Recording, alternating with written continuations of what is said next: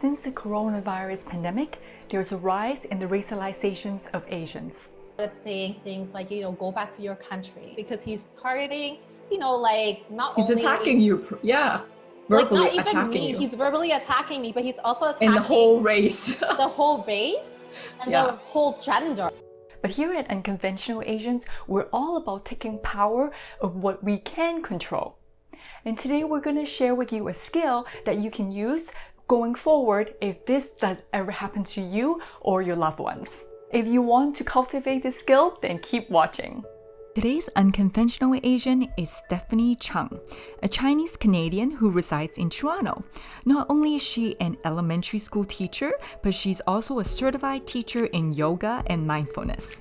Her practice of mindfulness has helped her successfully deal with a racial encounter in Toronto.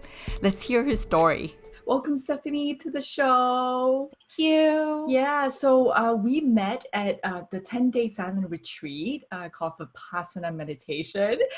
It was 10 days of no talking, no reading, no phones, no nothing. And I remember sitting next to each other during that whole time. I was like, who's this young girl doing here? Like, for 10 days for this meditation. It was a very interesting experience, and we talked so much after that and became fast friends, and here we are today. Let's just maybe go over a little bit of your background and what you do. I'm a teacher, and I first started teaching. The teaching job was kind of really stressful. To cope with it, I discovered from one of my colleagues that yoga might help. Then from there, I branched off, I guess you can say mindfulness, because I was really interested in that, because it just really helps you to be present in the moment, to observe what's happening. And it just helps you to really calm yourself down and deal with situations that you face every day. I think our audience today will really benefit from that, because I know that you use mindfulness as a way to mitigate a very racially charged situation. And it was your first time experiencing that type of racial encounter not too long ago. Can you tell us about that? Right. So first of all, before I start, I just want to say that I had no idea that mindfulness was so ingrained inside of me that I've been practicing it almost daily. I would say daily, every day since last year. Okay. That I used it, handle the situation. I didn't even know that that's what I was doing. This is basically what happened. So, we live in Toronto, one of the most multicultural cities in the world. I was taking, the public transit. That part of the city is very multicultural. And in fact, it actually has a lot of Asians in that community. Okay. Down, I noticed on the escalator side, there were lots of people going down. I was the only one going down the stairs. And I noticed a gentleman, walking down like the same side as me. Like, he kept on looking back at me. And when I passed by him, he started asking me a question. He's like, "Excuse me, miss, so do you know where this bus station is?" And then he started saying, "Oh," he's like, "You're not from here, are you?" And then at that point, when he said that, in my mind, I thought, oh, I know where this is going. When was the incident? I would say middle of February. Yeah. That in the news that morning, I heard that some people in our community, they have been racializing coronavirus or COVID-19 as an Asian virus. And that syndrome, we all think it will never happen to us. I know how, exactly, especially in such a multicultural city, like exactly. It never does. So so then when he said that, I made that connection to the morning news I heard, and the next thing that came out of his mouth was true. So then he started saying things like, go back to your country. And I know what he means when he says go back to your country, right? And then he just started saying really, I can't even repeat it over here, really sexist and racist comments. Yeah, what was in your mind? I started taking a deep breath, because I knew that if I engaged him, it might escalate. That's right. And at the same time, I thought I need to calm myself down right now. Because in the past, if this happened to me, I would either cry like, oh my goodness, someone like this is saying mean things to me, Yes, and I would yeah. start bawling and Yeah. hyperventilating. Or the other extreme that I usually might get is I would get so angry because he's targeting, like not He's only attacking you. Yeah. like Verbally not even attacking me, you. he's verbally attacking me, but he's also In the attacking whole race. the whole race and Yeah. the whole gender. He wasn't even, it was like gender based too, right? Like women of this particular race. Oh, wow. So Okay. yeah, so then I thought, okay, I don't want to like yell at him and start a screaming match, because what will that do? And as I was taking these deep breaths, in my mind, I started thinking, like, why is he saying these things? Like, who is he? Where is he coming from? I just had like all these questions like in my mind, and then I started thinking like, I don't think he's mentally well, because I was thinking if someone would say these things, in a bus station in a very multicultural part of the city, I don't think he's well. I think he might be homeless. I'm not sure. I'm just speculating right now in my brain. Right. In the news in recent times, we know that in our city, there's lots of homeless people roaming around now. No, that's difficult for them too. Mental health issues. Like if you study mindfulness, it's actually just having a curious mind, being an observer. So at that moment, I discovered I was being an observer. I wasn't, engaging him. I wasn't taking it personally. It felt like I was like out of my body. That's amazing. Observing like from a bird's eye view, or like you can say in a movie theater sitting 10 rows behind, observing what's happening. But at that instant, I was like so calm. I was so cool. I felt no heat. I just couldn't believe that was happening to me. So then when he continued saying these things to me, I just walked away from him. I kept on following me. That's the thing. His comments got worse. And then at the same time in my brain, I'm like, okay, so he's targeting, the whole race and the whole gender. I can't walk away and not tell him something. I just said that, you don't know what you're talking about. You should get your information straight and walk away. Like I have to tell him this, but in a kind way, because it's coming out of compassion, knowing as I keep on saying it, he's not well. So I just said, you know what? You don't know what you're saying. You're ignorant. And then I just walked really, really, really, really fast through all these crowds of people, thinking that he didn't catch me. How do you react? He followed me into the subway train, but he didn't come close to me. He just kept on cussing me again, because I think he didn't like me telling him he was ignorant, and maybe he didn't like the fact that I fought back. Because I guess in his mind, he's like, it's not very typical of what he thought of. Asians, because it's not really typical, in the news and media. Like we all know most Asians are portrayed as meek and docile, and just they won't fight back and they'll look down like this, right? I believe the fact that I said you're ignorant, he didn't like it. That's great. So he came back to cuss me. But he didn't come close to me because I think he knew I was going to say something, because I stood back up. Good. I was going to say something to him. But then afterwards, after he cussed me, he walked away by himself. And then I sat back down. So beautifully. That's so great. Well, thank you for standing up for us, first of all. Thank you. I honestly didn't know I had it in me. I believe if I didn't have this mindfulness training or my yoga and meditation background, I would have handled it differently. That's beautiful, because that really inspired us that we can do this in a compassionate way. Because there are several points that I want to go through, because it's very hard in the moment to not take things personally, number one. And I think that mindfulness practice allow you to be taking a back seat to say, hey, this is not about me. In fact, why is this happening? You're getting curious. And then you realize, oh, maybe this person is this way. We don't know if it's true or not. Maybe it is. But that way, at least you could see from their perspective. And now you actually care about their well-being. And now you can react in a way that is kind and loving. right? Which is Right. what you did. But at the same time, you also stood up for yourself and for us, right? Yeah.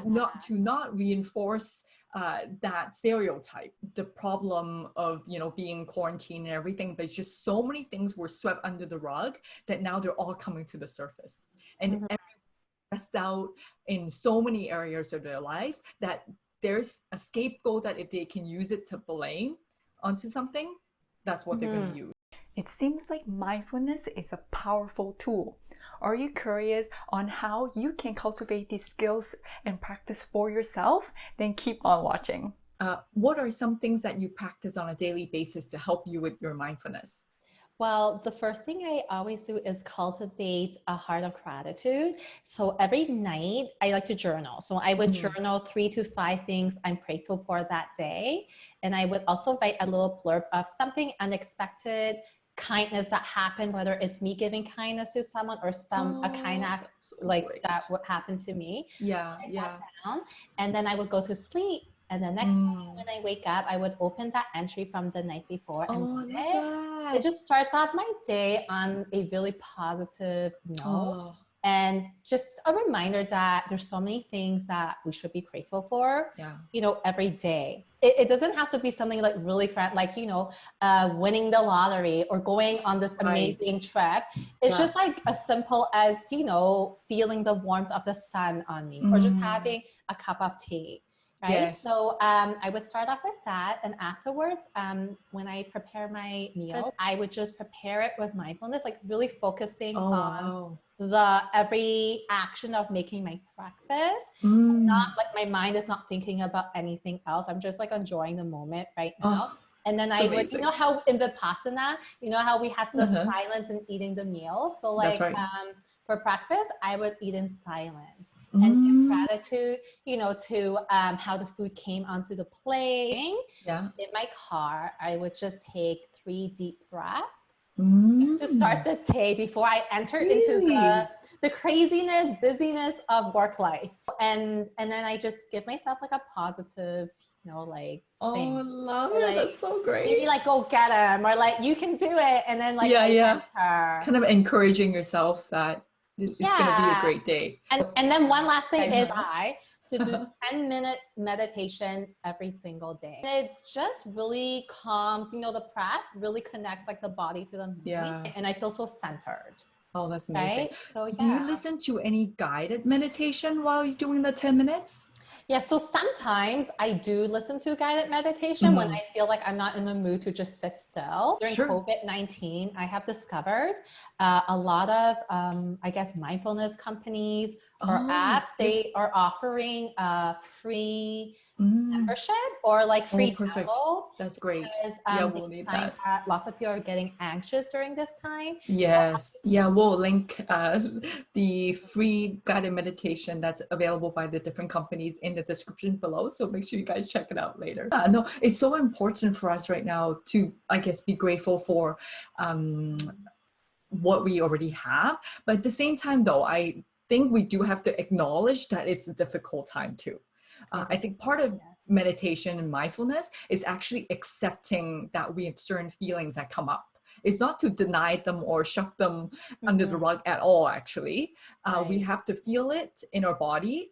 As soon as they accept it, they actually go away, because if we try to run away from our emotions and feelings, they actually linger longer. So I want to address that, because it's okay to feel angry, to feel like it's not fair when there are certain racist comments that are thrown at us. And because it's outside of our control, like we didn't do anything. Like some of us who are Asian or not even Chinese are being attacked. You're like I'm not even from there, right? But at the same time, how can we control what we can control? And through meditation and mindfulness, that definitely a piece that will help. But at the same time, we also need to address and have boundaries and bring awareness to other people that this might be a problem. And hopefully there will be more people who understand that being compassionate is the way to always solve problems, instead of harboring resentments and hate. So all Okay. that talk, we need to put this into practice. So Right. would you be able to show us some ways to maybe do a mantra or a meditation so Okay. the audience can do this together? Right. So there's actually, there's one I really, really love that I got Okay. introduced in when I Yeah. was doing my yoga teacher training in New Zealand. And it's Okay. really, really simple. Yeah. You can do it anywhere you are. And I actually use it all the time, especially when I'm feeling anxious. It's from a well-known Zen master. Okay. Maybe you've heard of his name, Thich Nhat Hanh. It's Okay. his mindfulness or meditation practice. Okay, so everyone, just like wherever you are, just take a comfortable seated position. Okay. You can sit on your chair with your feet touching the ground, or you can cross your legs, whatever feels comfortable for you. If you like, it's an invitation. You can just close your eyes and relax your shoulders and just relax. And I will read a quote to you. So this is from Thich Nhat Hanh, a Zen master. And he wanted to teach this mindfulness meditation because he said, smiling is an important contribution to peace and to the happiness of the world. One smile relaxes hundreds of muscles in your face. It makes you master of yourself. So simply just take a deep breath in through your nose and breathe out through your nose. And we'll get started now. So I'm going to be saying a mantra. You can, as I say it, you can repeat it in your brain and just breathe. Breathing in, I calm my body. Breathing out, I smile. Breathing in, I calm my body. Breathing out, I smile. Breathing in, I calm my body. Breathing out, I smile. I'd like you to do 3 more on your own, and you just silently say this mantra in your brain as you breathe in and out. I'll do it with you.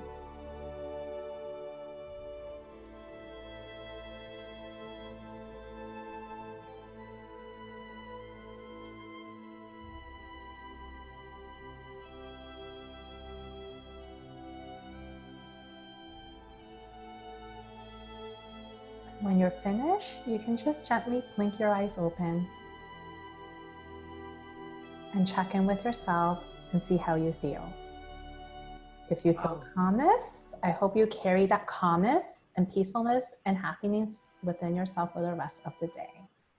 Oh, that was so beautiful. Namaste. Thank you, Stephanie. Namaste. Yeah. I will be honest, I was crying. Oh, I'm still crying. Because it's weird because whenever I feel love or kindness, I cry. Oh, so that that's worked. so beautiful. Oh, Yeah, I'm so that really worked actually, and it was very effective and short and to the point. So it was great. So really, thank you for that. Yeah. There's the hashtag hate is the virus, or I'm not a virus. Yeah, by the Asian community, and I think it's important that we share this technique with our fellow Asian brothers and sisters. That we want to just try to practice what we can control, and hopefully have compassion for other people. I know it's not easy. I'm not to say that this is okay at all. As soon as they cross the boundary, you have to do something about it, right? But at the same time, how can we not hurt ourselves? Because now I actually go a little scientific. There is a study done in 2016 by the University of Wyoming and the University of Oregon, which they did a study on 88 couples. And they took their saliva sample to test their cortisol level. So when they were in a heated argument, they could clearly see that everybody has a spike in their cortisol level, which is understandable. However, the couples who have practiced mindfulness, their cortisol level actually returned to the baseline quite quickly. Afterwards. So you can even see it physically that mindfulness works. That's so amazing. Yeah. It is. And what's so important about that is that cortisol is an inflammatory response in your body. So chronically, if it keeps being elevated, it actually contributes to more diseases, right? Yes. When you have more inflammation. So that's why we have to try to get back to that neutral place, to Yes. be equanimous, which is what we learned in Vipassana.